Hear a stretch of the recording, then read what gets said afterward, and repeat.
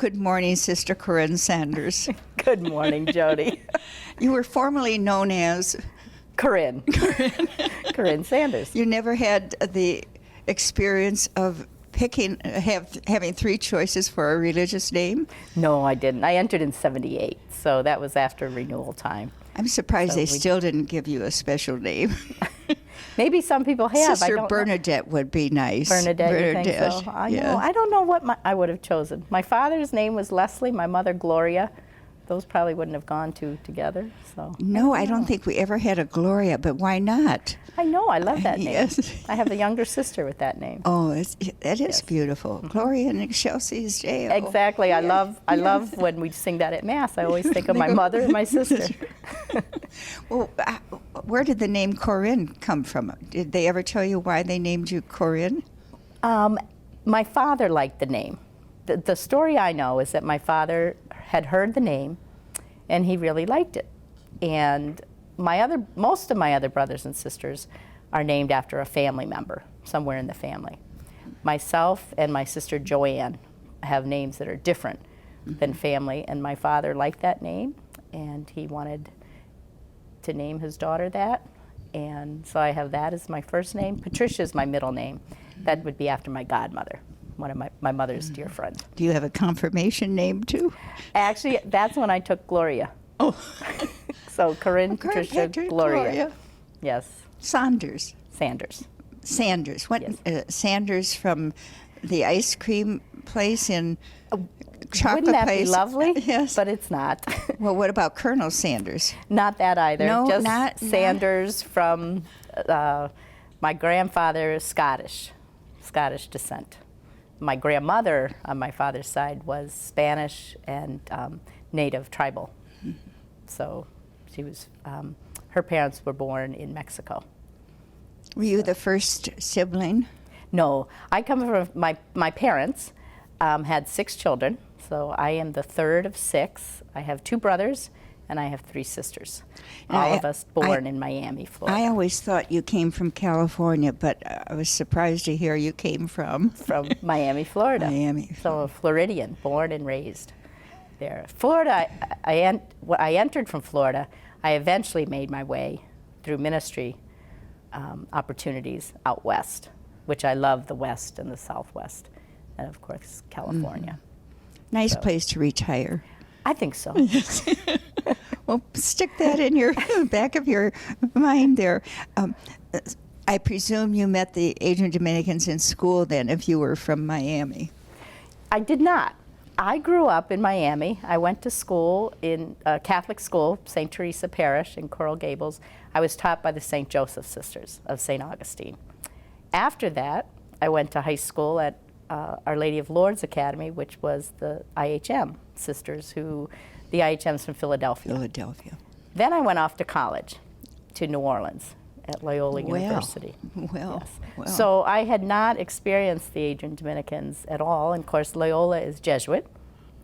And it was there, however, that I had, in my last years of college, I was looking to my future in terms of, well, what next? You know, you kind of have your What were you studying in at the I was in the science area, medical technology, biology, chemistry.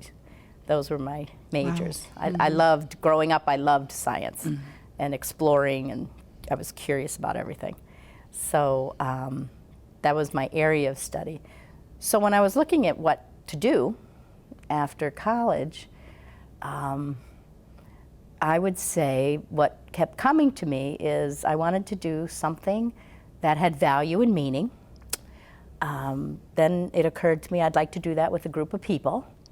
And all these thoughts just kind of happened, you know, nothing really in any linear fashion. Did you think of the Peace Corps? I didn't, no. And for whatever reason, maybe because of my Catholic upbringing, I don't know. I did like many of the Sisters of St. Joseph. I thought about a religious community, making a commitment in a religious community of women. And so that's when I started looking to see, well, where might I find a home? Did we have the internet at this time?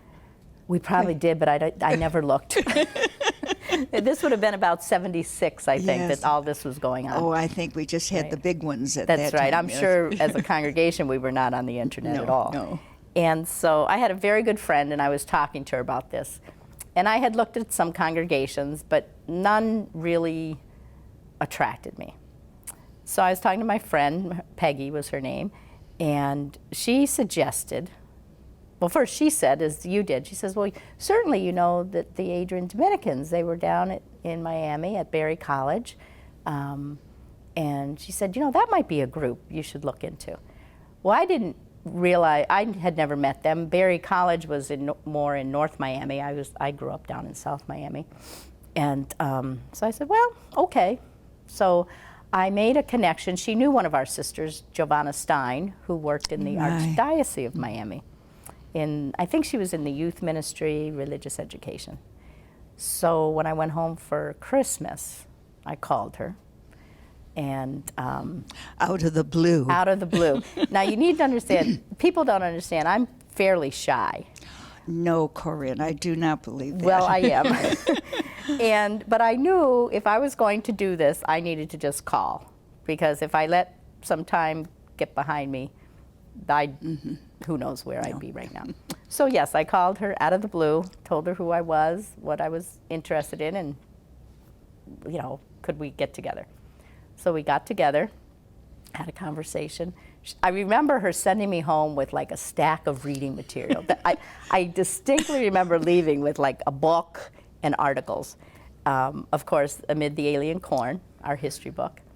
And the one article I remember the title of was The History of Risk in the Congregation Mary Phillip. by Mary Phillip Yes. Ryan. Powerful. Right. She gave that talk at Siena. I Did remember. she? Yeah. Okay. Well, I read everything she gave me, and I thought, wow, this group of women I like. What appealed to you? I think as I read the history and then the various other articles, I realized that y'all were very educated women. You believed in education for women. At that time in the 70s, you all had gone through renewal. You understood yourself as women of the church, ecclesial women, I came to learn that term, women who were strong, not in their faith, but in understanding their rightful position in church. And I love that sense of risk taking. I mean, I love the stories of how when you started various colleges, schools, hospitals, you trusted each other to go and do the work and took those risks. As well as I also was very attracted to the expansiveness that the Adrian Dominicans, they started in Michigan, it was a very tiny town, expanded. So I was very attracted to the fact that Adrian Dominicans were very expansive. Explain what you mean by expansive. Sent out there? Sent out to the east, the west, the south, the north, to the islands. I bet you got that from your family. I probably did. One of the gifts I think my parents gave to us, to their children, was that sense of they had the commitment to provide us a good education. My father and mother, I think, sacrificed in order so that we could go through college. One of the gifts was their commitment to provide us a solid education. And that once that was provided, their hope for us and the freedom they gave to us was to go wherever we felt called to. So none of us right now, we don't live in Miami anymore. All of us went off to colleges, and I went back to Miami at one point in my ministry life to Berry University and to South Florida at Rosarian Academy in West Palm. But all of us now live in we're in Texas, in Houston, Central Florida, New Jersey. So we have traveled, and so there was that sense of adventure. And even growing up, we didn't do a lot of vacations. You know, I think again, you know, maybe we didn't have the money to do a lot of fancy type of vacations, but always we'd get in the car with maps and off we'd go somewhere. My father loved maps, and to this day, And love to travel. he loved to travel wherever. by car. So I get that from him. I love that too. Well, did you have a station wagon? Oh, six, yes. 6 kids. 6 kids. We had a station wagon, and we'd pile into that station wagon. We actually had a very close family who lived next to us. They had 7 kids. And probably my most enjoyable memory of summertime would be my mom and my godmother, Pat. They get into our station wagon, and 13 kids. You know, at that time you didn't have seat belts. You didn't, you know, we were on the floor, we were in the back, we were, you know, Singing. on each other's laps, and off we'd go over to Key Biscayne to the beach every Saturday.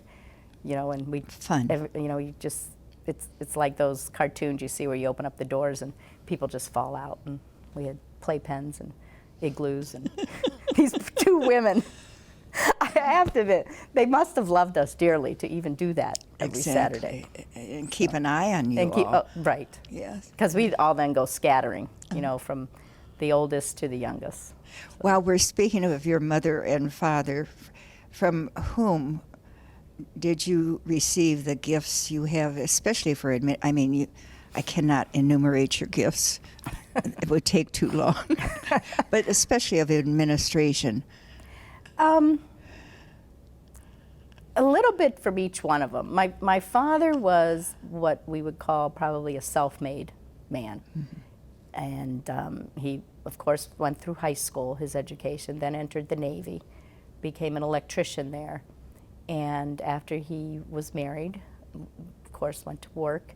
And eventually, though, went back to school to become an electrical contractor and open his own company.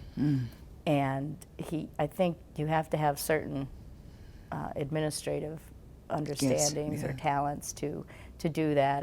And he created a very fine electrical contracting company in South Florida. So I think I get that from him.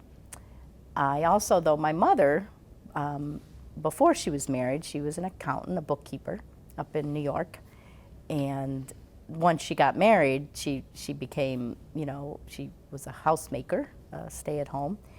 But I think it requires a little bit of skill to figure out a husband and 6 children. So a lot of creative activity going on there. And there were no spreadsheets. No spreadsheets to do that. You just sort of figured out these people every day as we all woke up to whatever. Could you quickly tell me how Florida and New York met? I mean, that's you know, a story. I don't even know if, there was a freeway at that point, so. Well, my father entered the Navy. Oh, right. And so he was on a naval ship that would come to dock in New York. He actually met my mother's sister, my Aunt Eileen. And she was more of the outgoing one in the family. My mother was the youngest. Again, I know you don't believe it, but shy, like myself. So it was really my aunt who I think first maybe went out with my dad or with my dad and his friends, but she thought my dad would be perfect for her baby sister. And so she hooked them up. And that's how they met. The rest is history. And the rest is history. They married and moved down to Florida. My father was born in Oklahoma, but then his family soon moved to Florida. I think he was 3 and grew up. He grew up in South Florida, and he loved South Florida. And so my mother from Brooklyn great. packed her bags and there went she off was. with the love of her life, I guess. And Well, there they coming were. back to your history now, we're in Florida with Giovanna Stein. Right. And So you entered the next day, is that almost. it? Really? No, it was about maybe a year and a half. And during that year and a half, I met a lot of our sisters down there. Like I call it, I did the tour of South Florida. You mean of the different convents? Of the different convents. And the college? And the college. I went to Barry, met people there, went up to West Palm, where at the time we had our provincial house, was up in West Palm Beach. And who were the women that were there? Well, that was actually the definer for me, is when I met Grace Doherty, Catherine McKillop, Maria Riley, and Betty Condon. They would have been co-provincials at the time, before we moved into our current governance structure. What do you mean by that sealed the deal? Well, they just were, I don't remember any specifics of the conversation. I just remember meeting them. I was very drawn, again, perhaps because they were at that level. They had traveled wide. They were in leadership, and they had that expanded understanding of church. We had those conversations, and I just, again, like the other sisters I would meet, with them though, I had more one-to-one time, particularly with Grace and with Kathy, and just found them very hospitable, very filled with life, with joy. We laughed a lot. And to this day, I mean, Grace still says, or Kathy, I guess, she says, "Oh, I remember you being so young and coming to see us," you know. And so they have that memory, and I have my own memory. So very nice. So it was after that I had decided, you know, I need to move this along. So you must have been about 22 at this point. I was 22. I let my parents know and my family know, and they were all right with that? They were. They were very all right with it. My brothers and sisters, I do remember my brothers and sisters, they were like, "You're doing what?" You know, and so, you know, we had to have that conversation. But everyone was very all right with it. And so I sent a letter up here or made a phone call, I forget what, and started the process and entered in August of 1978. Now the candidacy, were you called a postulant? Never. We were candidates. Candidates. We had 1 year of candidacy. 1 year. Right here. And that was at Weber? I ended up living at Weber. Mm-hmm. All of us, there were 8 of us who entered. 1 left right away. So there ended up to be 7 candidates. For a month we stayed at Weber for some orientation. Then we scattered after the month to live in communities within Adrian. But because there were so many of us, we needed to have one person live at Weber. So Peg O'Flynn was the community. She was the community. She and Joanne Podlucky, and then June Secor, who lived there also. Oh. So we formed this little community, each of us living on a different floor of Weber. What fun. It was, you know, and I worked at Weber for my candidate year. So I greatly love Weber Center, and it's home to me. So we would call that, women my age in the community would call that a non-traditional candidacy. It was very non-traditional. So your novitiate must have been non-traditional also. Well, I went into Detroit my second year, so I was a first-year novice. I went to Detroit and studied for a year at the University of Detroit, theology. At that time, and even to today, we focus on theology study.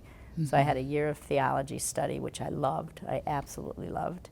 And after that year, then I moved back to Adrian. And by that time, there were 4 of us who entered what they call the canonical novitiate. And we lived by ourselves in a gray house across the street from the mother house. There was no black veil with you? No. Oh, my heaven. And that was very unusual. I think what I came to find out, I thought it was normal. But what I came to find out was that really the Adrian Dominicans were very unique in that way, that our directors of formation at that time did not live with us. So it was the 4 of us. We figured it out. We were very different. That house doesn't stand there now. It doesn't. It hardly was standing when we were there. So, but it was a great little house. You know, the gray house. Little gray house just across the street. And came to find out that our older sisters, who at the time were living in Madden, they would make sure that each night someone was assigned to not go to sleep until we were all in and our lights were out. So they were sort of overlooking us. Your guardian angels. I thought it was very dear when I found that out. Who were the formation directors? At the time, Maria Romero was the director of the candidate program, and Teresa Dish was the novice director. So at first profession then, you didn't get a black veil. I never received a habit. No. Excuse me. And did you get a white card to go out on mission? No, we didn't do that.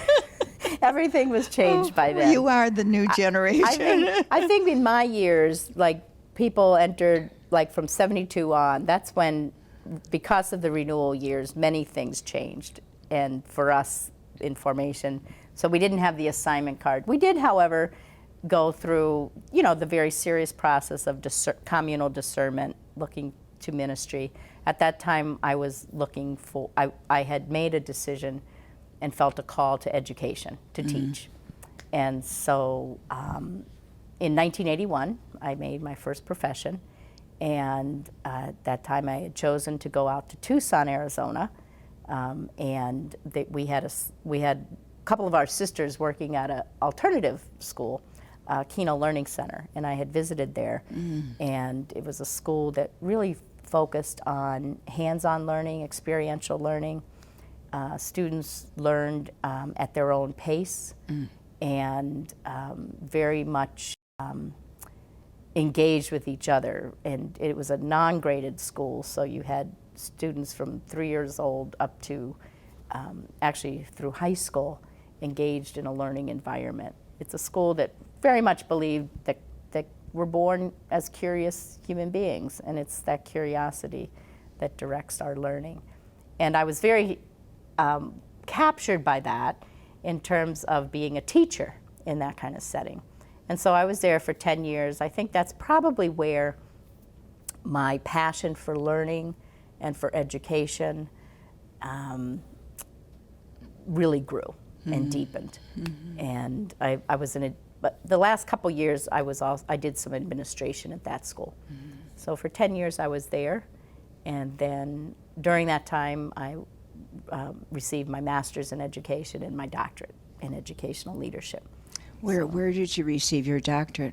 At the University of San Francisco. Oh, so no that's how wonder then you have a love. That's how then my Yeah. path to California, where I went for a couple years actually while I was studying and completing that degree.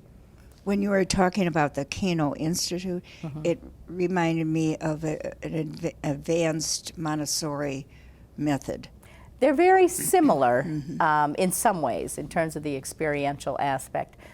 Montessori probably has developed what might be called a little bit more structure to it in terms of how a child advances. Keno had a structure, but it was not in the same way, but very much like the Montessori with hands-on learning, experiential learning, learning through touch, that understanding that it's our whole body engaged in the learning process. So. You went from there to the after West Palm? I actually then went to Barry University, where I worked in the campus ministry and mission effectiveness. I was in an administrative position there. Loved that time. Actually saw myself back at Barry and maybe staying there for quite a while, but after about 4 years, I think, I was then asked to consider being our formation director, to come up here. That's where we met. That's where you and I met first. That's right. I came up here in '99. I actually had 1 year of a study sabbatical to prepare in '98. And in '99, I began being our director of formation, which I loved. I did that through 2003. And who was Maria with you at the time, or? No, I had lived with Maria out in California during the time I was getting my doctorate. I was actually, and also working in parish ministry. But did you have someone working with you in formation? I forget. During that time, when I first started, Joanne Plumpy was there as a vocation director, and then Nancy Murray and Carlene Malley. So I worked with those three women. They were more in the vocation outreach, and I worked with the women who were entering. And who are some of the women that you guided along the way? Well, Heather Stuyvesant and Peggy Coyne. Lorraine Rayum I had for her last year as a novice. And then a couple of our women who came but then have left, Kathleen Lally and oh yes, I remember. Kyung Lee, a Korean woman artist. So a couple of people that came but then moved on. Cindy Broderick as well. So. Well, thank you for that service. I love that. Yes, yes. Those were good times. Yes, exactly. I mean, it's like having a fountain of youth around you, isn't it? It is. Yes. It is. It's exciting. I think companioning women in their discernment journey of how is God calling, whether it's to religious life or just any aspect of living our life, you know. But for me, there's a sacredness about companioning women in the discernment process. I think as women religious, that's a gift we have to offer to men and women, is that whole sense of listening to God in one's life, however the divine speaks. So. Well, I witnessed that gift of yours with Sister Nadia Shamiz from Iraq. Yeah. You were her angel and guide along, a mentor, really. You were a mentor in her studies. Yeah. And that was a gift to you both, I presume. It was. It was. When I came back, after I was a formation director, then I went down to Rosarian Academy as head of school. And when I came back my first year, I was able to meet Nadia. And she is a remarkable young woman, a faith-filled woman. I considered it an honor to be asked to companion her in her studies in her time here, before she, as she completed her studies as a nurse, as a physician assistant, and then back to Baghdad. And we keep up with the wonders of technology with Viber, and truly love her, and just think of her every day. And she's there in the operating rooms when every baby is born. Oh, she is. And I love being on Facebook because she posts the pictures of these darling newborns coming into the world. She says she kisses every one of them. I'll bet you she does. And blesses them. And yes. So, of all the people that have crossed your path during your life, living or deceased, who would you want sitting here right now to have a heart-to-heart with? Right now? Right now. I hope you say Jody, but I won't be offended if you... Oh, gosh, there are many people, but I think probably a woman that I miss most who has died is Catherine Deutsch. I got to know Catherine while I was here these last several years, and we would have many heart-to-hearts.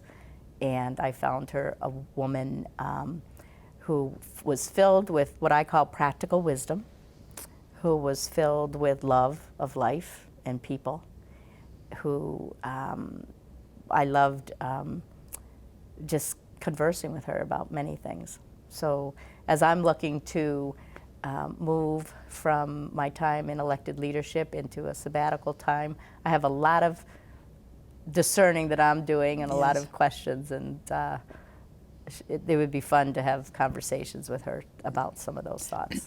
Do you remember what Jean O'Loughlin said at Catherine Deutsch's remembrance? Oh, gosh. Jean said, had worked with her, Catherine, on the council. Right. And Catherine always liked everybody and everything. And so Sister Jean O'Loughlin said to her one day, Catherine, is there anything you don't like? And she said, yes, dangling participles. That's correct. That's the kind of person Catherine was. Yes. Right. Well, Corinne, let me take this last minute to thank you for your leadership here these past 6 years, almost 6. That's right. Not quite 6, yes. Thank you. And the challenges and the privilege that you have had working with women like Sarah Newman Stoddard and the women in the finance office. Right. And we have wonderful campus leadership with our men and women. Sarah, Joel, Jennifer, Aaron. It could go on and on. Yes. We're very, very fortunate. But that you're there as their guide too, and I guess the proper word is liaison. That's right. Liaison. That's right. But you bring joy to everyone you meet, and I say that especially in a personal way. And I thank you for the gift of your presence and for your time today. Well, thank you, Jody. This has been great. Yes. Thank you.